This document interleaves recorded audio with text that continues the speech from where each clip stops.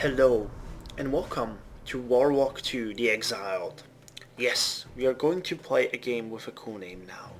First things first, I have some announcements to make about the following footage. I'll try to make it as quick as possible. This will be a tutorial let's play.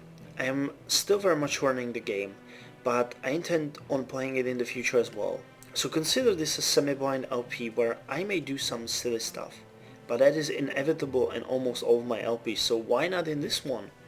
As long as we all learn, we will be fine.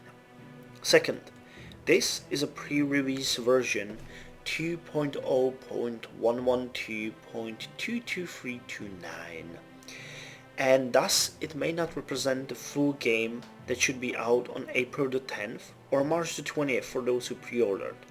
Although I highly doubt that there will be any major changes as there simply isn't enough time, still it's a good thing to note that. Last thing, the game was given to me by Paradox Interactive and I would very much like to thank them for that and their support in these matters. No pun intended here, guys. They are as awesome as awesome gets, and so are their games. Okay, now, finally, what is Warlock 2 The Exiled? Well, from what I could see while playing the game so far, it's a pretty good mix of city building, spellcasting and researching, RPG orgies and 4X turn-based strategy game. Closest I can get when I try to compare it to another game is probably Fallen Enchantress, which I really enjoyed, but it quite didn't get to me like this game does. I haven't gotten that far in Warlock 2, just a couple dozen turns, but I can already say that this game may be one of the finest that Paradox has yet published. Many people like to compare it to Civilization 5, but in my opinion this comparison is somewhat flawed, although yes, the game does take place on a hexagon map, and yes, there is a ton of buildings and a huge research tree and some other smaller things, but that doesn't make these games similar in my opinion. I guess you will see what I mean when we start the game and you can give me your ideas about that. The game is a sequel to Warlock Master of the Arcane, which is also a relatively new title that came out in 2012, and I'm sad to say I missed out on that one completely.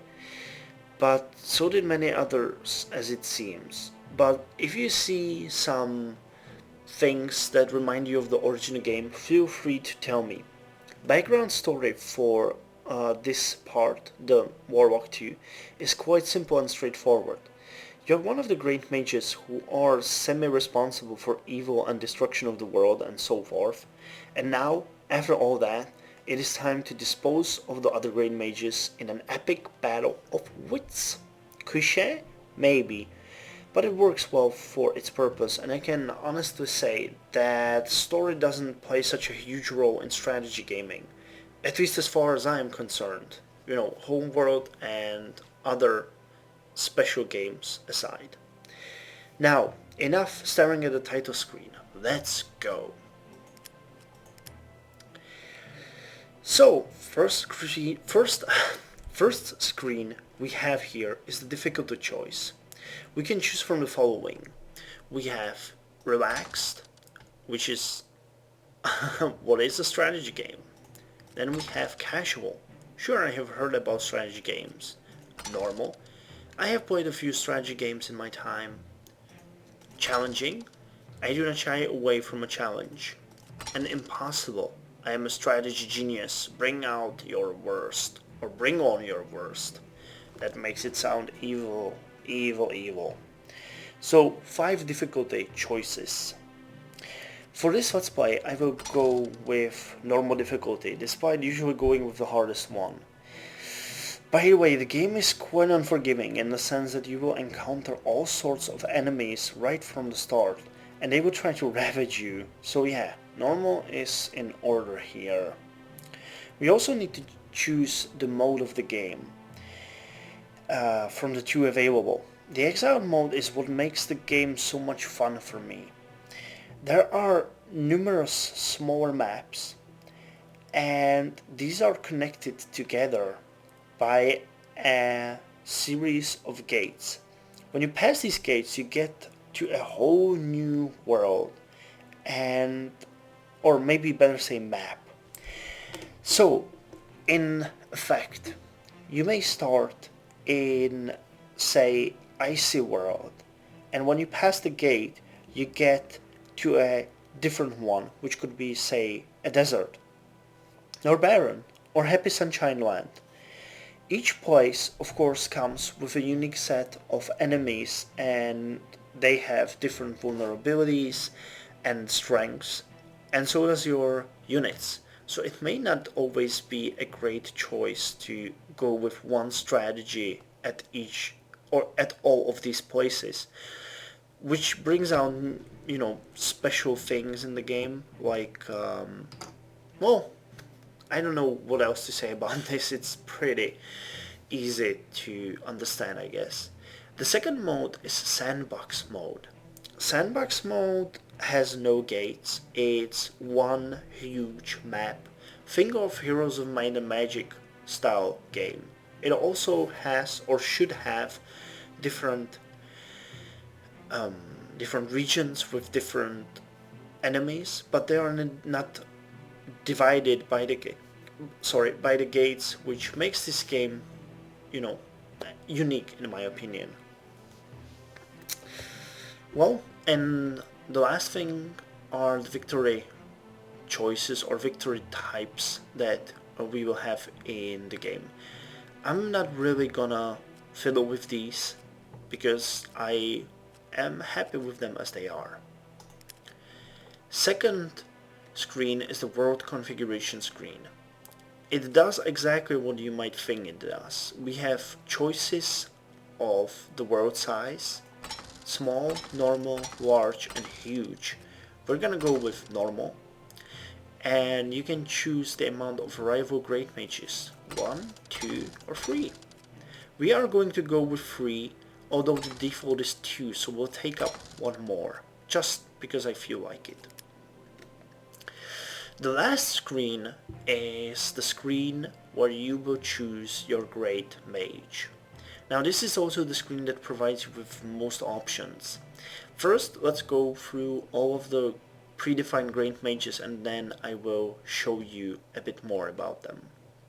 So, we have Mirabus the Hat, we have Anna the Benign, we have Rajak, we have Dragon Queen, we have Zara, I guess. We have Krell the Kingpin, we have King Lich the Sixth, we have Amberon the Light, we have Nefertari, Tlalochian, I guess, King Rat the 54th, First Rune Witch, Excaliburn, and Melassir. Now, each of these great mages is unique. You might see that each of them has a special perk and different spells. This is just as they were predefined. You can choose any of these and customize them, change their color, their race, their perks, and their spells. Sorry. We have to go back to preset. For this game, we are going to go with Excaliburn. Now my favorite is Melassir, which is a woman. Well, quite obviously, that's probably the worst thing I could say about her. But I enjoy playing her because her biography is quite funny. Each of one of the great mages has a biography of its own that contains, subtler or more obvious jokes about other, jokes and references to other games and movies. And Melassir kind of caught my eye because when you read the description, she's basically the girl girl next door you wanted to ask on a date for a very long time, but you didn't, which is a great thing because she's also bipolar and completely unstable and raises undead in her basement. So, yeah, we are not going to play her this time. We are going to go with Excaliburn, who I am choosing solely for the purpose because it was requested by Redobird. He made a point that almost nobody is playing new races in Warlock 2. One of them is the Svarts, and Excalibur is one of the few that play, that take the Swords on default. The second one I think is the Rune Witch, and then there's no one who would have the Swords. Yes, just these two. So we're gonna play with him and have the Swords as our race. Let's go through the description now. The ruler of the Svarts was never a great mage, but he is a great, perhaps the greatest tactician and strategist. He and his people were able to survive the Drummer invasion, known as the Armageddon, thanks to their unmatched stamina, force, knowledge of metallurgy, and simply incredible stubbornness. Excalibur is the embodiment of these qualities. Once he became mortally ill, but he decided not to die for nothing, and chiseled a new body out of a living rock. Over time, the mobility of this new shell diminished.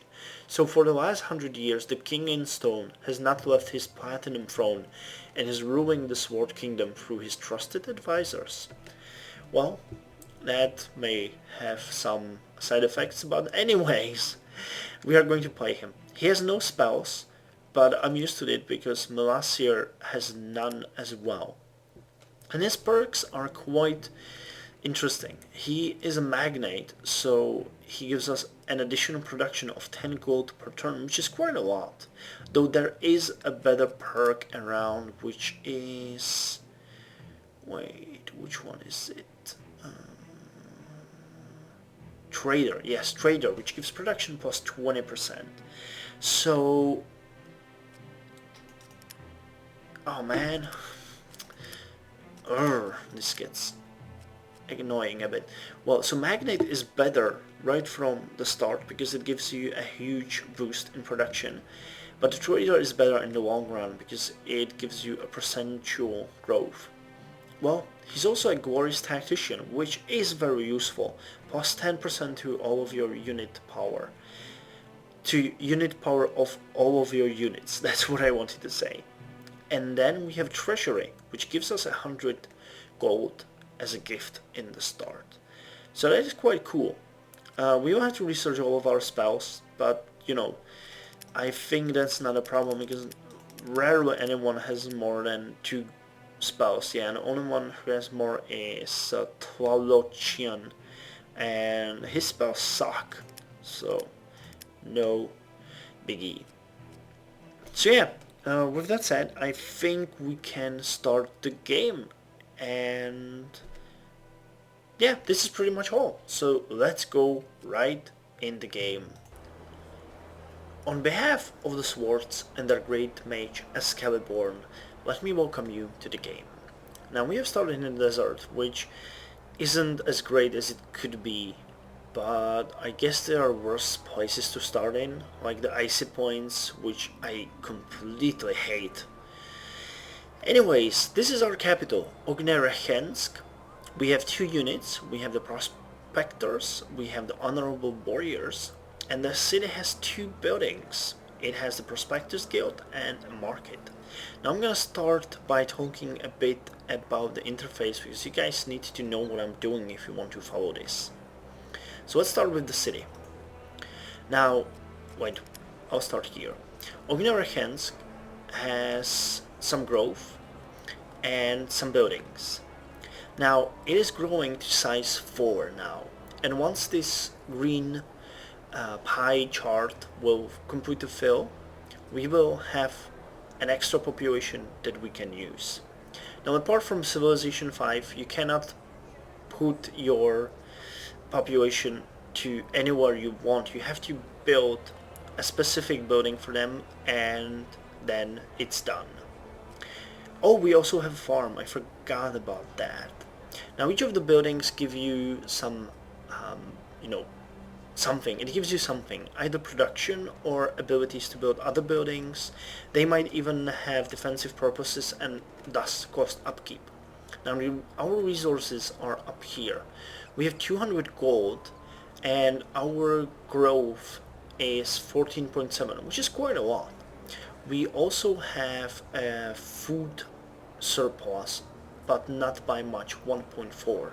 Now once this food is in negative, the population of the cities won't grow, it will go down. So we need to keep this up at all time. Now we also have a mana, 25 of it, and 7.5 growth per turn. And we have 5 research points, all of them coming from Ognerekhensk. Now, when we click on the city, you can see that we can right now build a new building. That's because we have population of 4? Yes, population of 4. So we can have 4 buildings. Now, as our food production is not all that good, and all of the units for our race, Svarts, cost quite a lot of money and food, we will have to focus on that.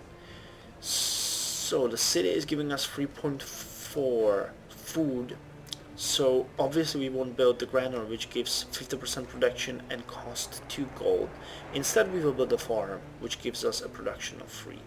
Now when you try to place things on the map, it shows you the modifiers.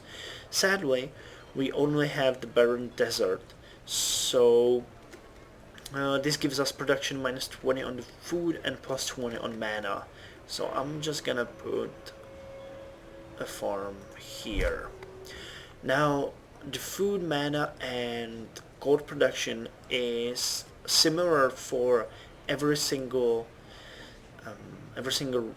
game you play, but the buildings and units each give you, for each race, for example, the undead do not cost gold. Well, they do cost a bit of gold, but they usually don't cost food, they cost mana. So you have to, change your strategy depending on what race you are playing. Also, every building takes some time to build. So for example, this farm won't be ready immediately, it will take some time. Now the buildings we can go with now is Craftsman District, which gives us plus 3 production. Farm, you already saw that. Granary, already saw that. Harbor, which gives 50% production on gold, but I don't see any sea nearby, so screw us. Honorable Warriors Guild, which we will build very soon. That gives us the possibility to build Elite Guards, Honorable Warriors, and Smithy.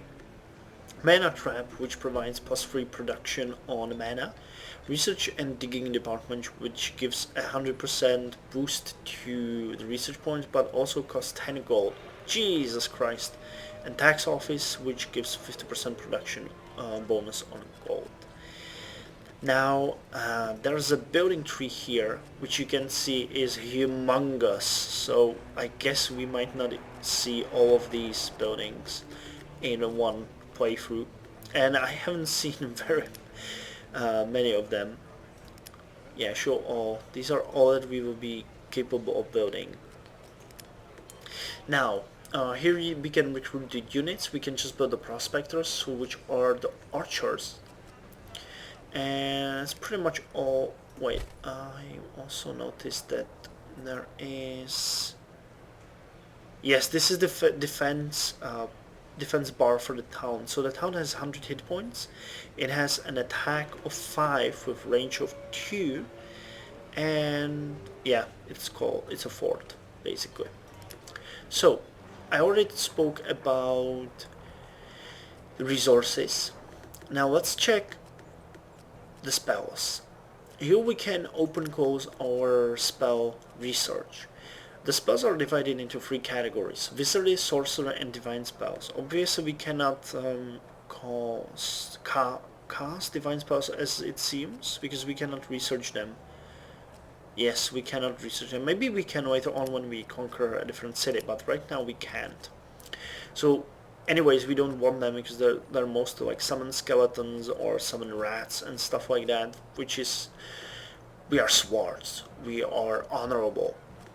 So we are going to start with Lesser Fireball. Now this goes the menu, but I wanted to show you a bit more about it. Now there are categories of spells. Now, this is the basic category, then there's more advanced one, more advanced one, and more advanced one, and even more advanced ones. Like Armageddon is one of the strongest one.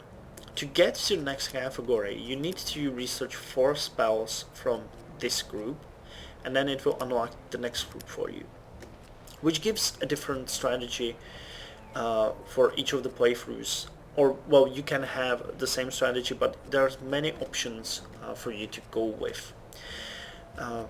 When we finish the Lesser Fireball, I'm gonna go with the Fireball, Classical Fireball, which is way stronger, but also costs way more. This one costs 15 and does 5 damage. This one costs 50 but does 20 damage, which is quite a lot, as it seems. Now, that's magic. Here you can cast your spells if we have any. By the way, by the cost of it, you probably understand that we need more mana, because we're getting just +5 every turn. So mana, mana, mana, mana, mana, mana. Each of the spells have a casting time. This one takes 0.6 turns, so we cannot cast 2 lesser fireballs in 1 turn. Well, basically we could. If we casted 1, then in the next turn we could cast 2, but I'm not sure about it. I never had to cast so many.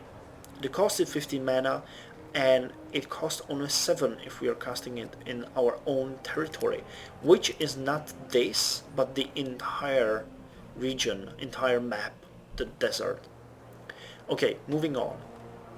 This is the list of our units. This is the list of our cities.